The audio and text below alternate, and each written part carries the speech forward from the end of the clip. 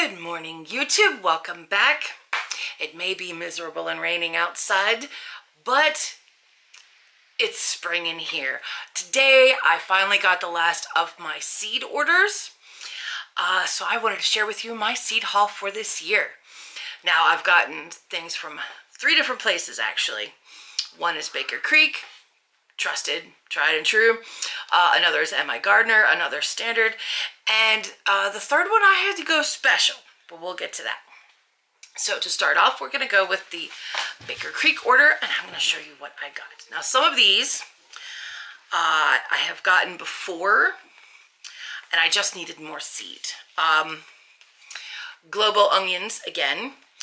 I am determined to make this my staple in the garden, but last year I didn't order any more Globo onions because I had gotten a new packet the year before that I ended up not needing. So I figured, well, I've got a whole packet, I'm fine, so I didn't order any, and then none of them germinated, which is very unusual for me because I've had nearly 100% germination with onions even in a second year before. So I didn't think that I would have none of them. I think it was something that I did, like maybe the soil dried out too much and I missed it. But I am growing more. I'm trying to get seed onions in my garden and just leave them there to produce seeds so that I don't have to keep buying them. But that is the first one. And it's a very tasty onion. Supposed to be a good storage onion too. I don't know about that because, well, they never last that long, which is why I need like a whole bed of them. I also ordered the Jimmy Nardello peppers. I have grown these before. I've actually been able to get like a second blush of peppers off of them. They are thin-walled, so it's not a super meaty pepper, but they're tasty. They're good for snacking. You can cut them up and use them in your cooking and stuff. But it's very productive little plant. And I had a couple years where I didn't get any ripe peppers at all. And so my seeds were all old and I couldn't get any of them to germinate last year. So I was like, I really need more Jimmy Nardellos. Now, carrots. I tried a new carrot last year.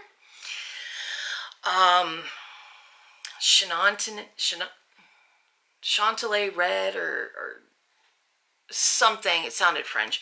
It was supposed to be good for clay soils and stuff. I got like 4 tiny little carrots and that was it. So that was not good. So we're trying yet a new one. Now the Danvers is okay. But I get a lot of splitting with the Danvers. They will grow and they'll get big and then they'll split and yeah. So I'm trying the Coral, and it's a 75-day carrot. It says plants are productive and vigorous with cylindrical, deep orange roots that average 8 to 9 inches long and resist splitting, even when grown in heavier soils. And it's not totally clay out there, but there's definitely some clay in the soil. Some places are heavier than others, but I'm hoping that this will be a good one, because I want a good meaty carrot. You know, like the rainbow carrots, they grow, but they're skinny. You don't get a lot of carrot to each plant. I want a meaty carrot. That grows well here. So, we're going to try that one. Another big focus of mine this year is spices and seasonings. So I got the, I'm gonna screw this name up and it's probably gonna sound as funny as listening to me try and say Hebrew names. It sounds German, I think. Lutschauer paprika. But I needed a paprika pepper because I want to make my own paprika powder. I also got the Anaheim. I have not grown these before, but it's a large, good for roasting and frying type pepper, so that sounds delicious. And of course, Baker Creek sends free seeds They sent me the Japanese wasabi radish, which is also what they sent me last year, but that's okay. All right, not a big order, because I mean, I do have like hundreds of seed packets. I don't need 5 million boxes of seeds every year, because I do save my own whenever I can. So on to M.I. Gardener. I ordered the holy basil, or tulsi. I have ordered this before and I did not have very good luck with germination, so we're gonna try again. Hopefully I can actually get some to grow this time. Broccoli. Now, I have tried to save my own broccoli seed, but I just don't think our season is long enough. So I bought some more broccoli. I have grown this before. De Chico, I think is how you're supposed to say it. It's good. It also, after you take the main head off, you'll get a lot of little side shoots, so it'll just keep producing for you there. The side shoots are smaller, but you know, they're good for snacking.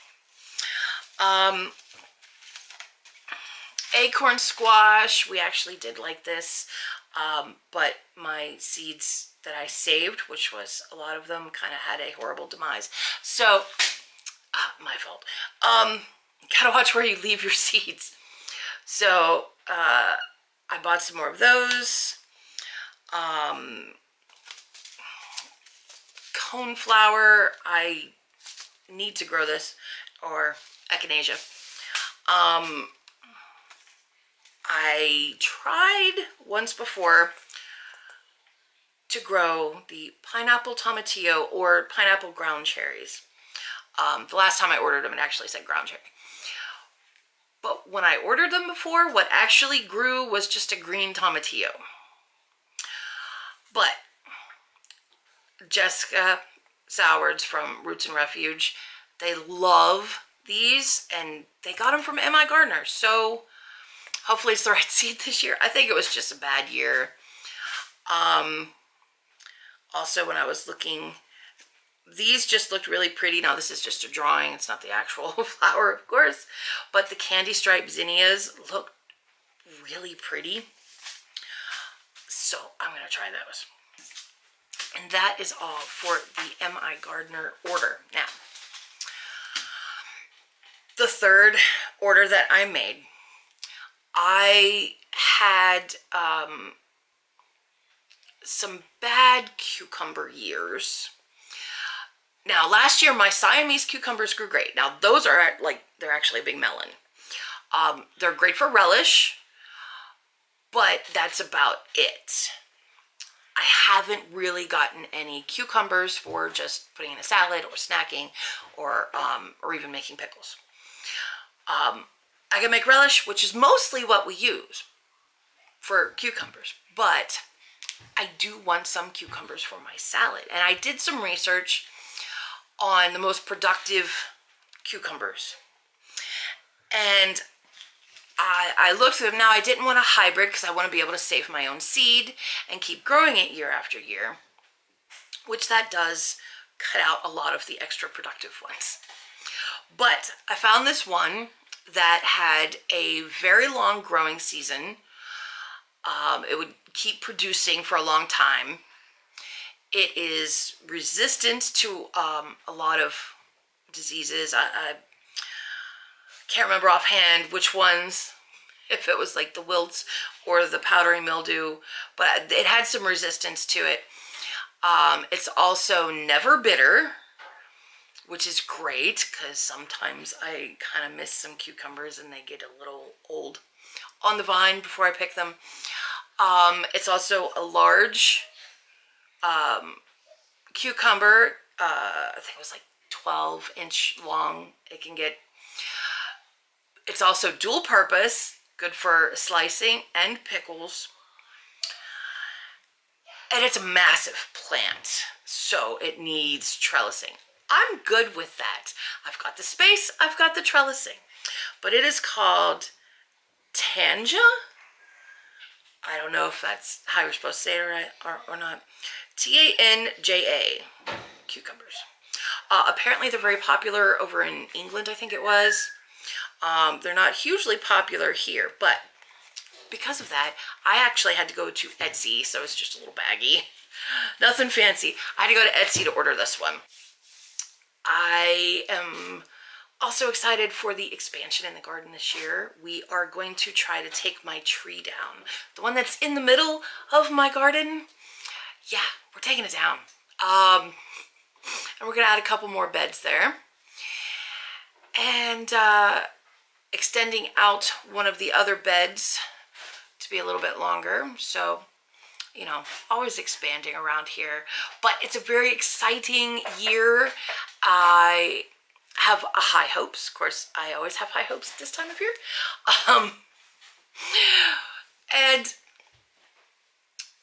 I just hope things really work. You know, if we get that tree down, it's going to help the light on so much of the garden. That alone will help a lot of things to grow, because the tree is just, it's blocking too much. It didn't used to when it was smaller, but it's just blocking too much light now, and it's gotta go. So I'm very hopeful. I hope you will follow along with me, because I'm very excited. I think that's about it for this video, though. Just showing you what seeds that I got, and there will be much more gardening stuff coming up in the future. So I hope you'll come back and check that out. May the Father bless you. Shalom. Shalom.